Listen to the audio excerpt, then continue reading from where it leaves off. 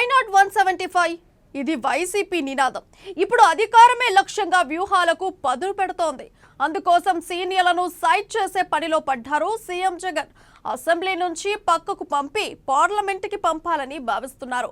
సిక్కోలు జిల్లా నుంచి మొదలు పెట్టాలని, అందులో ధర్మానను కూల్గానే పక్కకు నెట్టే పనిలో పడ్డారు. ఆయన కాదంటే మరో లీడర్ను సైతం సిద్ధం చేస్తున్నారు. ఇంతకీ ఆ సీనియర్ లీడర్ ఎవరు? ధర్మాన పెట్టిన షరతులేంటి? Let's watch the story.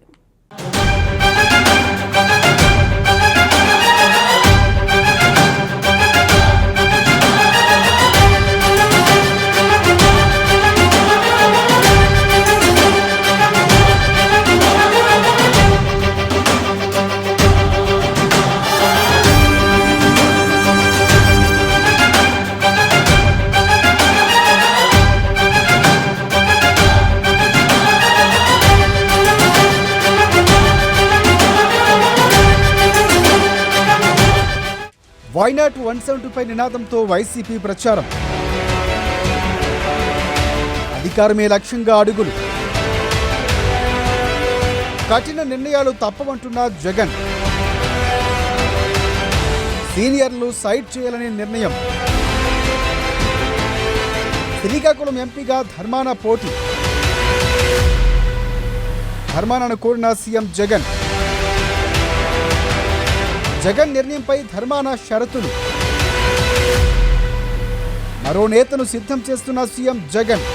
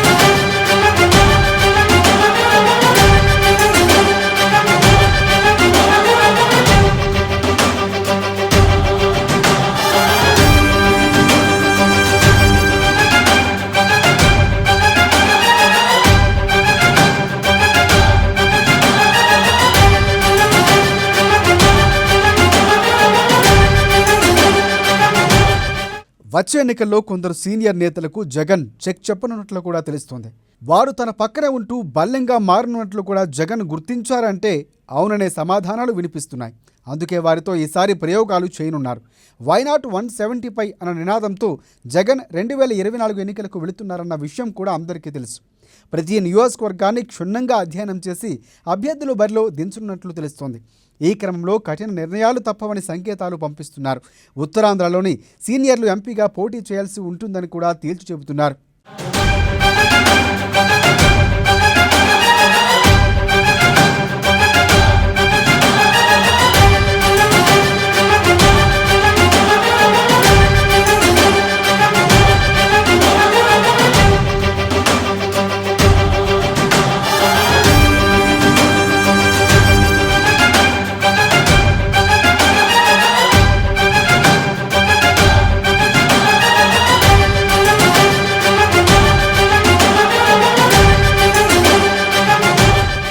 ముఖ్యంగా ఈసారి ధర్మాన ప్రసాదరావు విషయంలో జగన్ ఖరాఖండిగా తేల్చి చెప్పినట్లు సమాచారం అందుతోంది.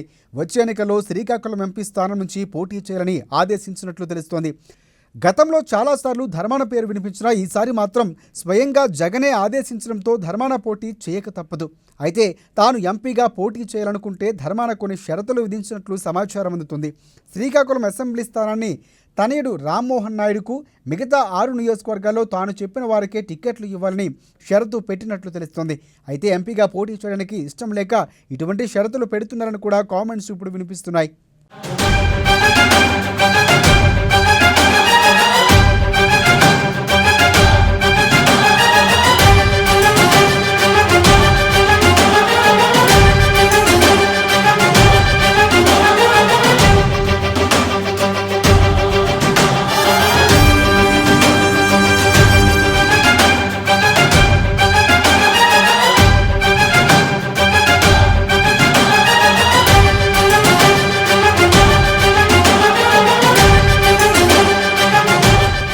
శ్రీకాకుళంలో కింజరాపు కుటుంబంతో ధర్మానకు లోపాయికారి సంబంధాలు ఉన్నాయని, అందుకే వారి కుటుంబాల వారు గెలుస్తూ వస్తున్నారని ప్రచారం చాలా రోజులుగా ఉంది.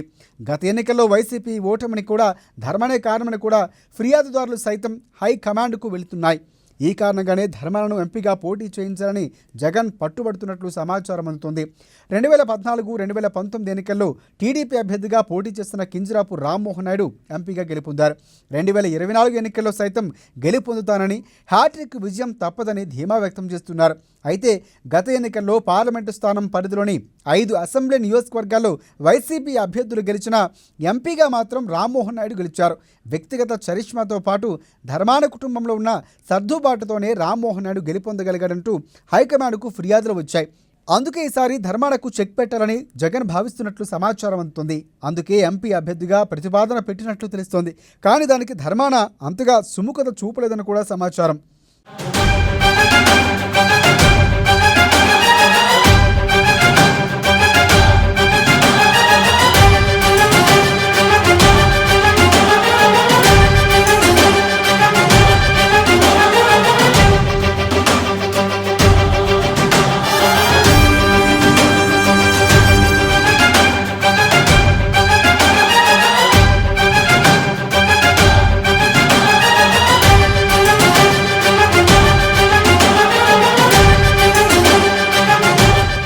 ఒకవేళ ధర్మాన ఎంపీగా పోటీ చేస్తే కాళింగ సామాజిక వర్గం వ్యతిరేకించే అవకాశం ఉంది. ఆ సామాజిక వర్గం అంటే ధర్మానకు గిట్టదని కూడా అందరూ బహిరంగంగా చెప్తూ ఉంటారు. వారి ఆధిపత్యానికి చెక్ చెప్పాలని ధర్మానపై ఒక అపవాదు కూడా ఉంది. అందుకే ధర్మాన పోటీ చేస్తే ఆ సామాజిక వర్గం వారు ఎట్టి పరిస్థితుల్లో కూడా ఓటు వేయరు. పైగా ప్రతీకారం తీర్చుకునేందుకు సిద్ధపడతారు. మరోవైపు ప్రభుత్వంపై వ్యతిరేకత తీవ్రంగా ఉన్న నేపథ్యంలో పరిస్థితుల్లో ఎంపీగా పోటీ చేసేందుకు ధర్మాన ప్రసాదరావు సాహసం చేయటం లేదు. అయితే జిల్లాలో ఉన్న పరిస్థితుల దృష్ట్యా ధర్మానను ఎలాగైనా బరిలో దించాలని జగన్ భావిస్తున్నారట. అయితే ఒకవేళ అది వీలు కాకుంటే స్పీకర్ తమ్మినేని సీతారామను పోటీ చేయించాలని చూస్తున్నట్లు ప్రచారం జరుగుతుంది. అదే జరిగితే ఆముదాలవలస అసెంబ్లీ స్థానానికి ప్రత్యామ్నాయ అభ్యర్థిని ఎంపిక చేసుకునేందుకు సిద్ధపడుతున్నట్లు సమాచారం అందుతోంది. ఇలా ఎలా చూస్తూ ఉన్నా శ్రీకాకుళం జిల్లాలో 2 సీనియర్లను జగన్ సైడ్ చేసే అవకాశాలు స్పష్టంగా కనిపిస్తున్నాయి.